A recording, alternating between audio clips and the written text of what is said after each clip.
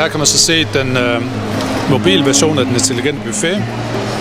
Den har så 2 vejestationer, målestationer. Vi kan se til højre og venstre, og der kan man så placere sine fødevarer, og vægten er så interfacet til computeren, så hver gang der sker noget på vægten, når der bliver fyldt på eller taget, så vil det automatisk blive registreret i computeren. How, if you were to explain the readout of this is a special version of the intelligent buffet, I believe.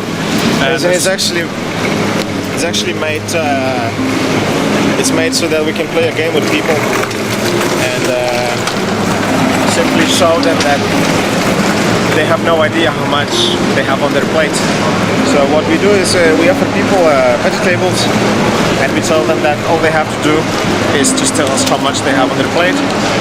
And then of course we know the result as soon as they finish taking it, and then we get their result. And we run a list where we have all these results and we can compare them, and if we take the percentage of the results that were wrong, it was 90% of them were completely off.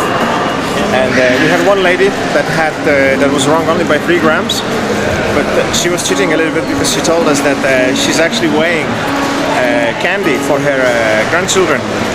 So she said that for many years she has been weighing this, so she has almost built-in scale, and she is trained for 25 grams. And of course she was wrong by 3 grams around this area.